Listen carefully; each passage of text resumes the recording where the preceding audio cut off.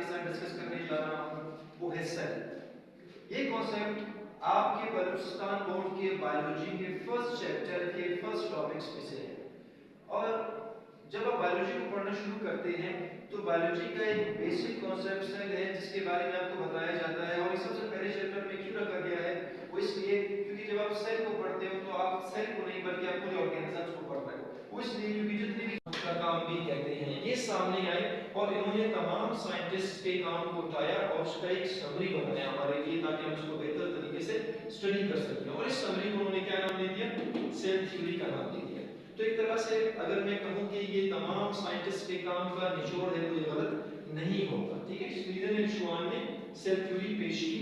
किस सन में पेश की? 1839 में। स्वीडन का ताल्लुक जर्मनी से था और वो एक बॉटनिस्ट था, मतलब वो प्लांट को पढ़ने वाला साइंसदान था। इसी तरीके से जो श्वान था उसका ताल्लुक इंग्लैंड से था, वो एक ब्रिटिश साइंसदान था और वो एक ज़ूलॉजिस्ट था, वो एनिमल्स को पढ़ता था। ठीक है, उन्होंने कुछ प्रिंसिपल्स रखे, कुछ पोस्टुलेट्स रखे जिसके बाद हमें पता चला कि सेल मजीद और क्या काम करता है। ठीक है, सबसे पहला पॉइंट इसका ये है कि all organisms are made up of cell. जितने भी ऑर्गेनिज्म जिंदा हैं, चाहे वो प्लांट्स हैं या वो एनिमल्स हैं, वो सब किससे मिलकर बने हैं? वो सब के सब सेल से मिलकर बने हैं। ठीक है बच्चों, ओके, नेक्स्ट प्रिंसिपल इज कि cell is the unit of structure and function. अब मैं आपको बता चुका हूं कि सेल का डायरेक्ट ताल्लुक लाइफ के साथ है। जिस चीज के अंदर लाइफ है वो सेल से बनी है।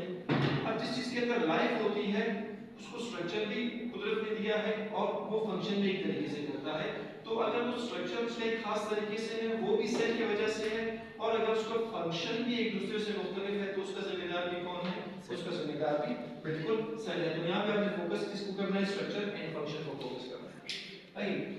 Then comes the third postulate that says new cells come from pre-existing cells.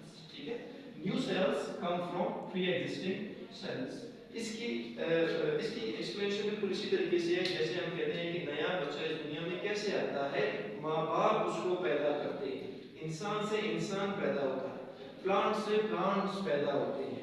बिल्कुल इसी तरीके से एक नया सेल इस दुनिया में कैसे आता है? वो आता है पुराने सेल से।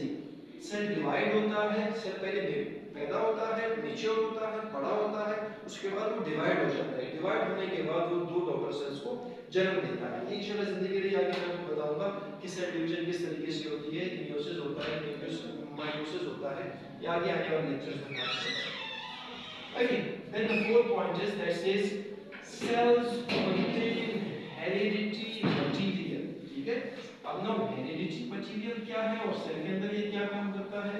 हेरिडिटी हम कहते हैं विरासत के मवाद को। अब विरासत से हम मुराद लेते हैं बायोलॉजी के अंदर वो सारे बायोलॉजिकल ट्रेट्स जो आपको आपके पेरेंट्स से मिलते हैं, वो सारे आदत, उठने बैठने का तरीका, बात करने का तरीका, मिलने का तरीका, ये सब इसके अंदर आते हैं। ये बायोलॉजिकल हेरिडिटीज को हम लोग कहते हैं, बायोलॉजिकल ट्रेट्स कहते हैं। और ये सब कैसे ट्रांसफर होते हैं एक जनरेशन से दूसरे जनरेशन के अंदर? ये सब सेल्स की वजह से ट्रांसफर होते हैं। आने वाले लेक्चर्स में मैं आपको बताऊंगा कि सेल के अंदर अल्लाह पाक ने एक कंपार्टमेंट रखा है जिसको हम कहते हैं न्यूक्लियस, और न्यूक्लियस के अंदर कुछ ऐसे व्हीकल्स हैं, कुछ ऐसी गाड़ियां हैं जिनके अंदर हमारे ट्रेड्स सफर करते हैं एक जनरेशन से दूसरे जनरेशन के अंदर। Okay, the last point is diseases are caused due to cell malfunction.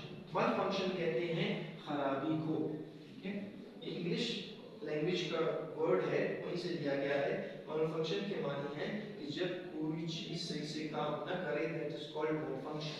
तो जितनी भी बीमारियां आपके बॉडी के अंदर कॉज होती हैं, चाहे वो स्टमक की हो, ब्रेन की हो, आई की हो, एयर की हो, जब सेल सही से काम नहीं करते हैं या सेल में खराबी आ जाती है तब आपकी बॉडी में बीमारियां पैदा होती हैं। ठीक है स्टूडेंट्स, होप ये लेक्चर आपके लिए बहुत ही हेल्पफुल साबित हुआ होगा। अगर आपको ये लेक्चर अच्छा लगा है तो इस चैनल को आप लाइक करें, सब्सक्राइब करें और हमारे साथ जुड़े रहें। Thank you.